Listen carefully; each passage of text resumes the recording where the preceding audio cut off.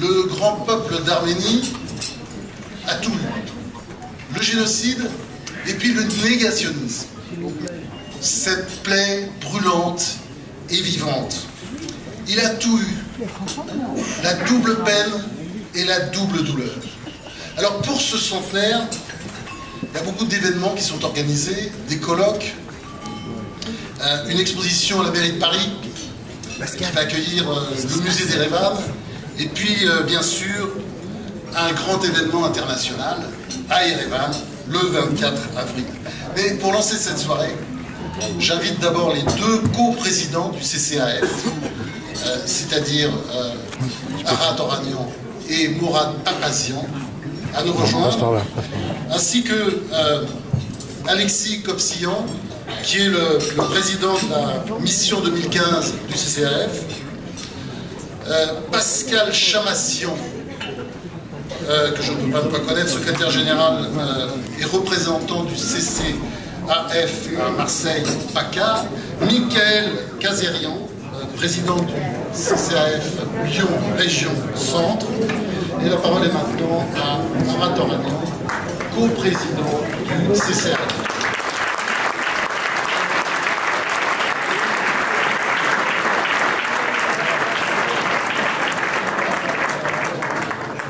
Monsieur le Président, qu'il me soit permis avant toute chose de vous remercier d'avoir bien voulu honorer de votre présence ce deuxième dîner annuel du CCAF. Qu'il me soit également permis de remercier messieurs les ministres, Madame la maire de Paris, Anne Hidalgo, et l'ensemble des ambassadeurs, des personnalités, de Bernard-Henri Lévy à Charles Aznavour, qui sont à nos côtés cette année, en cette année si symbolique, puisque pour la première fois dans l'histoire, on commémore les 100 ans d'un génocide. Il s'agit d'un événement exceptionnel. Le prochain de ce type aura lieu dans 30 ans, pour les 100 ans de la Shoah. Et votre présence ce soir montre que la France est d'ores et déjà au rendez-vous de l'histoire, à une hauteur digne de son rang. Commémorer, c'est le propre de l'humanité, disait le philosophe Alain. En particulier quand il s'agit de morts qui n'ont comme sépulture que notre mémoire collective. Sur les terres où ils ont été exterminés, il n'y a en effet aucun monument pour les Arméniens, pas même la moindre plaque. Il n'existe de mausolée que pour leurs bourreaux. Et le seul mémorial dédié aux victimes du génocide sur la terre où ils ont été assassinés, dans le désert de Deir en Syrie, destination finale des convois de la déportation, a été dynamité le 18 septembre dernier par une organisation djihadiste dont les relations avec Ankara posent d'ailleurs question. Cet acharnement à poursuivre les morts, jusque dans leurs ossuaires, témoigne d'une folie criminelle qui relève de la sauvagerie la plus absolue. Une barbarie qui a traversé le temps pour défigurer à nouveau cette région en venant persécuter ce qu'il y reste d'Arméniens, de Yézidis, de Kurdes libres, d'Assyro-Chaldéens, nos frères d'infortune, eux aussi ciblés par le génocide de 1915. Mais cette barbarie a aussi hélas traversé l'espace pour venir frapper au cœur notre capitale, Paris, notre presse, Charlie Hebdo, notre communauté juive, Porte de Vincennes, et ce, à la veille du 70e anniversaire de la libération du camp d'Auschwitz, qui est devenu la date de commémoration de la Shoah, le génocide le plus meurtrier du XXe siècle et sans doute de toute l'histoire. Monsieur le Président, nous le savons bien, plus le monde se mondialise, plus les questions se globalisent et plus nous avons besoin de solidarité. Nous vivons en ce moment ce qui a été enfanté hier, et ce que nous ferons ou ne ferons pas aujourd'hui accouchera de demain. À ce titre, votre présence annoncée le 24 avril prochain à Yerevan constitue une réponse anticipée à toutes les opérations de diversion qui visent à créer un événement concurrent en Turquie ce même 24 avril. Manœuvre grossière qui n'hésite pas à changer les dates historiques pour les besoins de la cause négationniste. La bataille de Gallipoli, objet de ce rassemblement auquel M. Erdogan a invité 101 chefs d'État, ayant toujours été célébré le 25 avril, jour de débarquement des Alliés, et non le 24 avril, qui est dans le monde entier le jour traditionnel de la commémoration du génocide des Arméniens. Monsieur le Président, les communautés arméniennes ont classé cette année sous le signe de la mémoire et de la justice, mais faute de temps, je ne m'appesantirai pas ce soir sur la question des spoliations des biens des Arméniens, de leur recel, la problématique des restitutions, des réparations et du négationnisme d'État dont nous attendons toujours d'être protégés par une loi. Je ne parlerai pas non plus des graves menaces qui pèsent sur l'Arménie et le Haut-Karabakh, toujours en but au panturquisme, à l'Azerbaïdjan et aux djihadistes qui se sont mis au service de Bakou dès 1992. Car nous sommes ici aussi, au-delà de l'évocation du génocide de 1915 et de cette actualité dramatique de 2015, pour célébrer la vie, la fraternité et l'esprit de résistance. Cet esprit qui vibre en nous à la seule évocation de nos anciens, ces francs-tireurs partisans du groupe Manouchian, ces Juifs, ces Espagnols, ces Arméniens, ces Italiens et ces Polonais qui ont donné leur vie pour les causes de la liberté et de la France, qui ne font bien sûr qu'une. Cet esprit de résistance qui est au cœur de nos valeurs, des valeurs de la République, et dont nous avons vu la réminiscence historique le 11 janvier dernier dans tout le pays. Un mouvement dont nous étions naturellement partie prenante et qui me fait dire aujourd'hui que notre plus grande gloire à tous n'est pas de ne jamais tomber, mais de nous relever à chaque fois, ensemble et solidaires. Merci.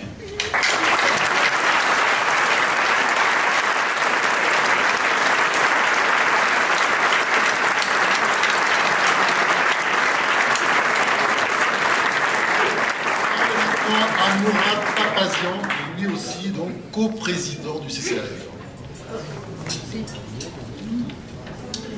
Monsieur le Président de la République, Messieurs les ministres, Madame la maire de Paris, Mesdames et Messieurs les élus, chers amis, il y a 100 ans déjà, un siècle, en 1915, le gouvernement turc a lancé le plan d'extermination du peuple arménien, l'élimination de tout un peuple d'un territoire. Les hommes, les femmes, les enfants, les vieillards ont subi l'horreur, l'atrocité, l'inhumanité, avec la mort comme perspective et la survivance comme le plus mince des espoirs. Mais un espoir tout de même. La souffrance est absolue, la douleur paroxysmique, le traumatisme omniprésent. Car si en 1915 le gouvernement de Talat, le Hitler turc, a défini et exécuté le premier génocide du XXe siècle, en 2015, 100 ans après, un siècle plus tard, la réalité du génocide est toujours niée. Nous y sommes en 2015, ce moment que nous avions tous tant redouté, ce moment qui en soi est un triste moment, ce moment de l'histoire qui nous porte vers le constat que les gouvernements turcs successifs n'ont pas fait leur travail de mémoire. 100 ans ont passé, un siècle, une éternité, sans que les autorités turques, quelles qu'elles soient, n'ait exprimé le moindre signe vers une reconnaissance du génocide arménien en 1915 commis sous un régime d'empire. Pire, un mensonge d'État a été établi sur le génocide arménien en écrivant l'histoire à l'inverse de la réalité.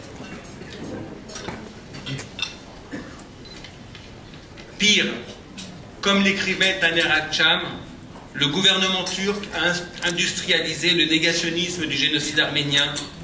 Les communautés turques à travers le monde et en France aussi sont souvent organisées, parfois politisées, généralement financées. Des milices paramilitaires sont présentes sur le territoire. Aujourd'hui, nous étions à Strasbourg, à l'audience de la CEDH, la Cour européenne des droits de l'homme, qui doit statuer sur l'affaire Perinçek contre Suisse. Cette audience nous a hélas convaincus que les autorités turques sont dans une attitude de la radicalisation. La radicalisation du mensonge, la radicalisation du négationnisme, la radicalisation de leur posture anti-arménienne. Perinçek nous le savions, est un dirigeant du comité Talat, le Hitler turc.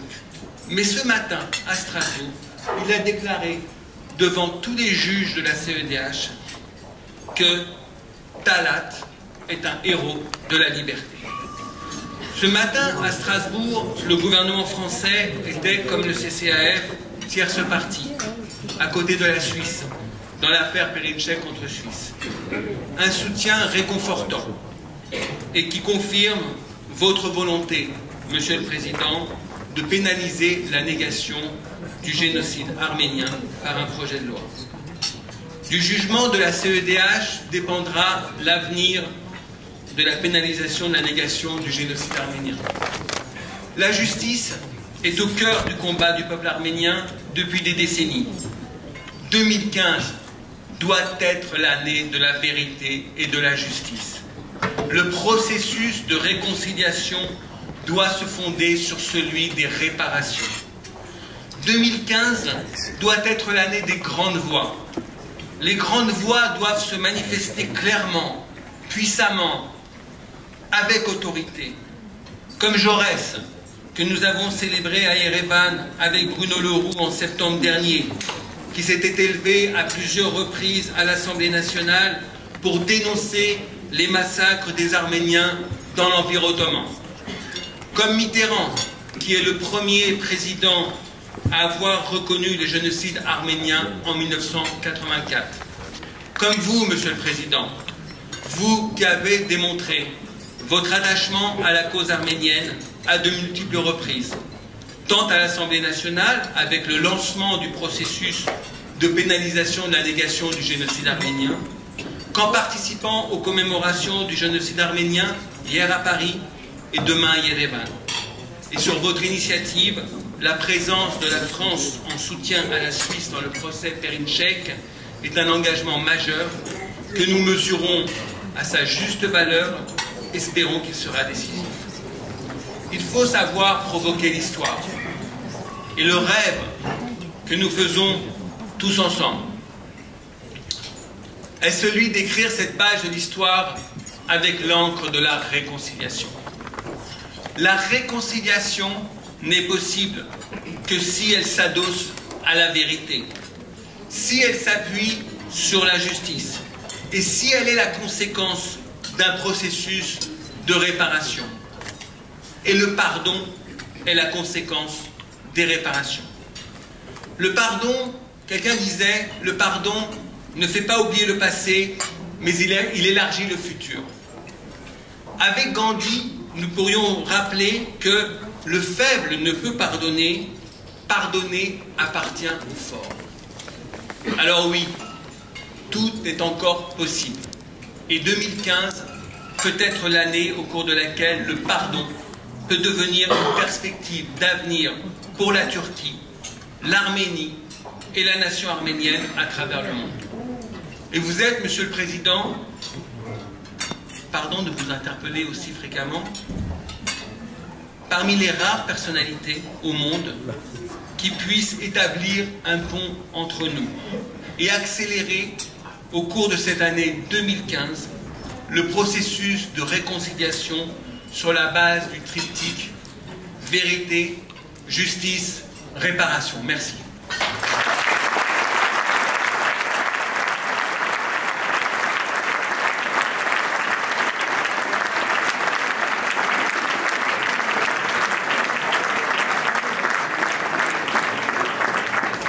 C'est maintenant au tour d'Alexis Govsillon qui va attribuer, qui est président de la mission 2015 au CCAF et qui va attribuer la médaille du courage à qui on va savoir quelque chose. Bien. Monsieur le Président de la République, Messieurs les ministres, Monsieur l'ambassadeur de la République d'Arménie, Madame la maire de Paris, Mesdames, Messieurs les élus, autorités religieuses, Mesdames, Messieurs, chers amis. Au CCAF, il y a une tradition, c'est de reconnaître le courage.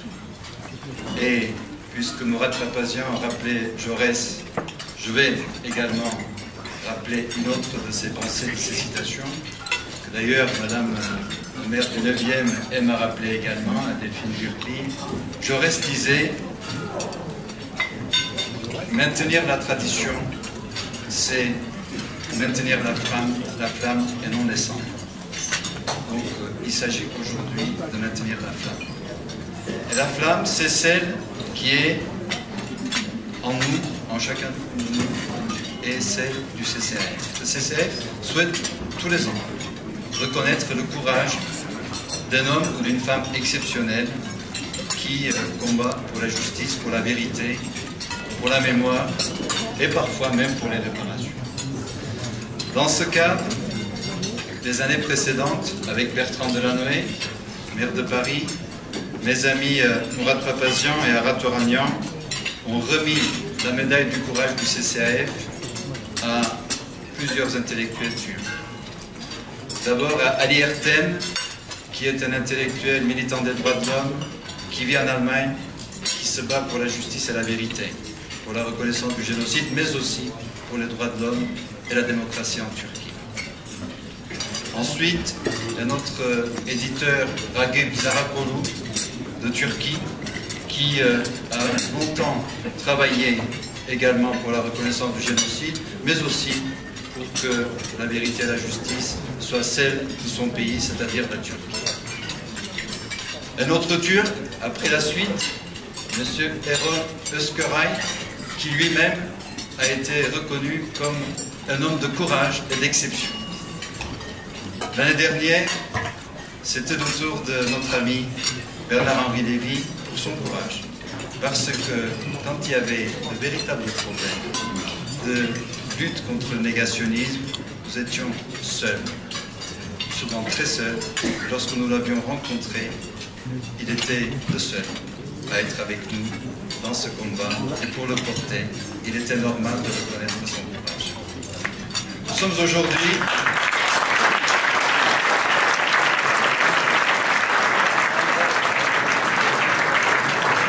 merci à tous ces hommes d'exception qui, chacun à leur place, font un travail remarquable. Aujourd'hui, nous sommes en 2015. Je suis le président de la mission. Vous entendez peut-être que je vous parle du programme. Et non, je ne vous en parlerai pas. Vous le verrez tout à l'heure. Il va être projeté aussitôt que le président de la République aura prononcé son discours tant attendu. Aujourd'hui, je vous parlerai d'un autre homme de courage et d'exception. De quelqu'un qui symbolise la nation arménienne. Mais au-delà de la nation arménienne, c'est quelqu'un qui symbolise l'art, la culture, le combat pour la justice, et quelqu'un qui est debout en permanence et qui aujourd'hui a fait beaucoup de chemin pour venir jusqu'ici parce qu'il estimait que c'était important. Lorsque j'ai souhaité présenter ce monsieur d'exception, que j'ai souhaité écrire quelques mots, j'ai pas pu. J'ai pas pu parce qu'il me fallait écrire quasiment un livre, je n'en avais pas le temps et je ne voulais pas rater un moment ou un autre important de sa vie. Mais j'ai retenu une chose. Dans le monde entier, où que vous soyez, lorsque vous dites « je m'appelle Arat Oranian », on vous dit « ah, comme ». Lorsque vous dites « je m'appelle Mourad Papazian », aux États-Unis, en Inde, en Chine, en Turquie, en Europe, en France, bien évidemment. Et lorsqu'on dit Mourad Papazian, on dit en fait, c'est quelqu'un qui a à la fois porté l'Arménie, qui a porté la cause arménienne, mais qui a porté la France et toutes ses valeurs, parce que c'est avec ces valeurs qu'il a grandi, c'est chez lui, dans sa famille, que les résistants ont été protégés. Misak Manouchian et tous ses camarades de la Fiche Rouge ont été chez lui par ses parents. Il les a connus et il a porté des valeurs de justice, de liberté, d'égalité, de fraternité. Et c'est quelqu'un à qui on ne peut pas faire de discours, parce qu'on est tout petit devant cet homme d'exception. On est tellement petit qu'on a juste envie de dire merci. Un grand merci. Je souhaite à M. Charles Aznavour.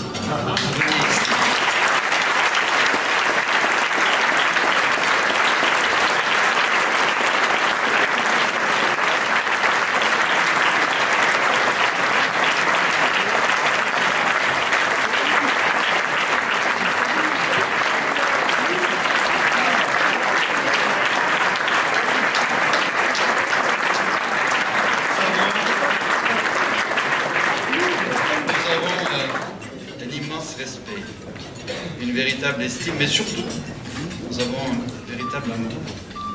Et cet amour, ce n'est pas parce que seulement nous sommes arméniens, mais parce que nous sommes français, nous sommes républicains, et nous savons à quel point toutes ces valeurs comptent pour vous.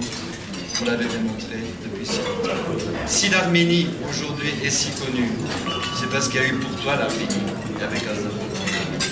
Si le génocide arménien a véritablement pris une mise en connaissance dans notre société, c'est parce qu'il y a eu cette chanson sur des victimes qui sont tombées.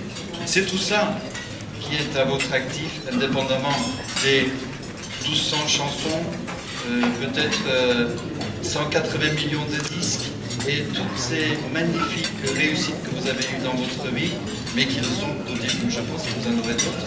En tous les cas, pour toutes ces raisons, parce que vous êtes un homme courageux, parce que vous avez été avec Arat Oranian, avec Mourad Papazian, avec Pascal Chamassian, Michael Kassarian, avec tous nos amis, et aux côtés de l'Arménie, et pour la cause arménienne, le CCAF a souhaité vous décerner, en cette année exceptionnelle, du centenaire du génocide, en 2015, et parce que nous portons la mémoire et la justice, la médaille de courage.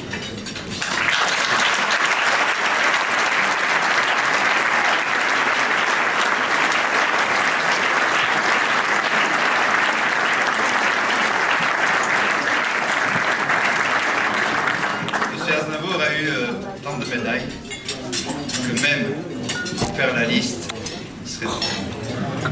La France l'a reconnu au plus haut niveau, le commandeur de la Légion d'honneur. Il est héros national en Arménie, il est ambassadeur. Il a toutes les médailles, toutes les reconnaissances possibles et imaginables.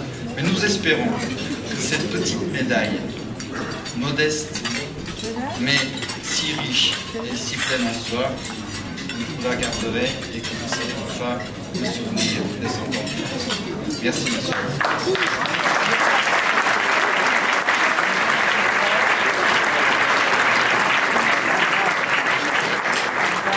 C'est la deuxième médaille importante.